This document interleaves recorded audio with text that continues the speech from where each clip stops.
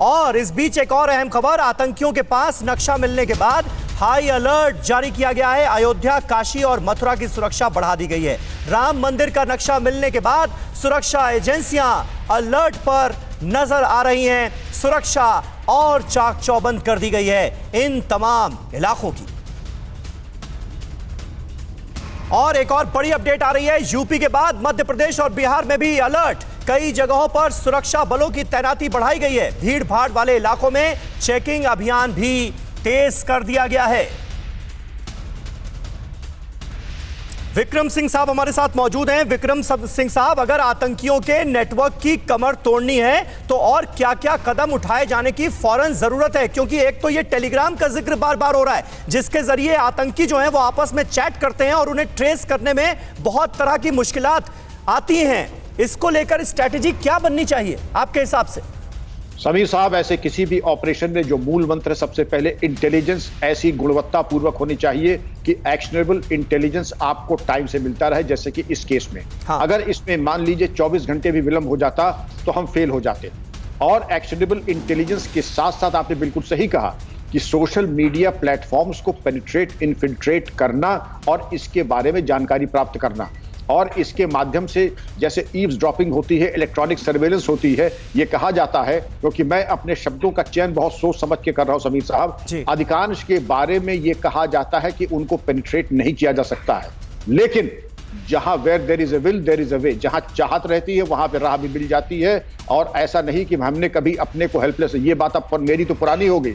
आज के जो हमारे एमटेक और आईआईटी ग्रेजुएट्स एटीएस और एसटीएफ में हैं, उनसे कोई चीज छुपी नहीं रह सकती है। इसलिए कोई भी चरमपंथी ये न समझे कि वो सुरक्षित है और वो पेनिट्रेट करने में पूरी तरीके से कामयाब हो सकते हैं। मेरे पास कोई पुख्ता सबूत नहीं है, ना मेरे पास कोई जानकारी है, लेकिन मैं जानता हूं कि हमारे आईआईटी ग्रेजुएट्स जो आईपीएस में हैं वो इसके लिए पूरी तरह से सक्षम है। दुनिया में कोई भी सॉफ्टवेयर कहीं भी होता है वो उनको उपलब्ध रहता है। इसीलिए इनकी कमर तोड़ने में भारत का रिकॉर्ड अमेरिका से भी 19 नहीं है, 20 ही पड़ेगा। बिल्कुल बिल्कुल, इस पर अश्विनी सिवाच जी और निर्मल कौर जी भी कुछ ऐड करना चाहेंगी, लेकिन उससे पहले एक अहम खबर यह कि लगातार उमर हलमंडी का नाम सामने आ रहा है। यही वो आतंकी है जिसके संपर्क में ये मिन्हाज नाम का आतंकी भी था, जिसे लखनऊ के काकोरी से पकड़ा गया है। हैंडलर उमर हलमंडी के डायरेक्शन पर यह बॉम्ब तैयार किया गया, ये जानकारी सामने आई है। और जिस बात का जिक्र थोड़ी देर पहले विक्रम सिंह जी कर रहे थे, सिर्फ और सिर्फ 2000 रुपए खर्च करके मिन्हाज ने ये बॉम्ब तैयार कर लिया था, ये जानकारी सामने आई है। टारगेट चुनने के प्रोसेस में काकोरी के आतंकी थे।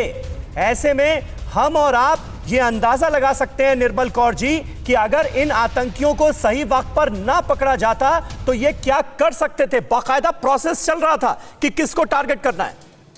बिल्कुल बिल्कुल, और ये स्पेसिफिक इंटेलिजेंस होना बहुत जरूरी है। ये सच है कि सॉफ्टवेयर बहुत तरह के हैं, बट आप अगर रश आवर में टावर डंप देख लें, टावर डंप इतना ह्यूज होता है कि आपको उससे इस जैसे मतलब कहते हैं कि एकदम कूड़े के ढेर में एक तिनका ढूंढने के बराबर हो जाता है। तो टावर डंप, जब तक आपके पास स्पेसिफिक इंटेलिजेंस नहीं है, पॉइंटेड नहीं है, आप एक्शनेबल इंटेलिजेंस होना चाहिए। इंटेलिजेंस तो सब कुछ है, सब कुछ जो रोज इतना कुछ आ रहा है प्रिंट मीडिया में वो भी इंटेलिजेंस है।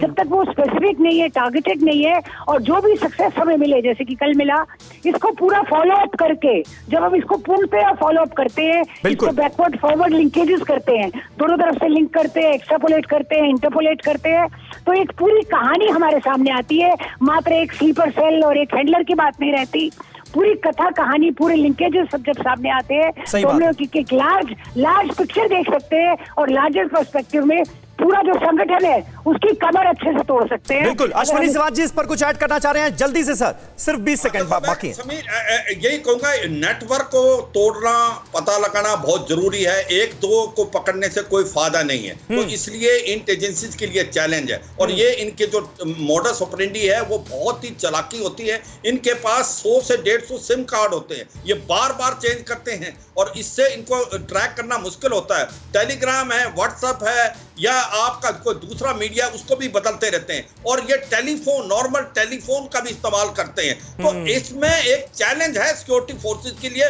और इंटेलिजेंसी के लिए, मगर ये एक बड़ी अच्छी पहल की है एटीएस ने। अब इसके अंदर हमने पूरा नेटवर्क को पकड़ना है और कॉन्क्रीट एविडेंस, बिल्कुल बिल्कुल, और इसकी पूरी संभावना इस वक्त नजर आ रही है, इसकी पूरी उम्मीद की जा सकती है कि ये नेटवर्क, इसका भांडाफोड़ बहुत जल्दी होगा, क्योंकि अब तक 12 संदिग्धों को दबोचा जा चुका है। इन्वेस्टिगेशन ऑन है, ऑपरेशन लगातार अंजाम दिया जा रहा है, जगह जगह रेड मारी जा रही है। बहुत बहुत शुक्रिया।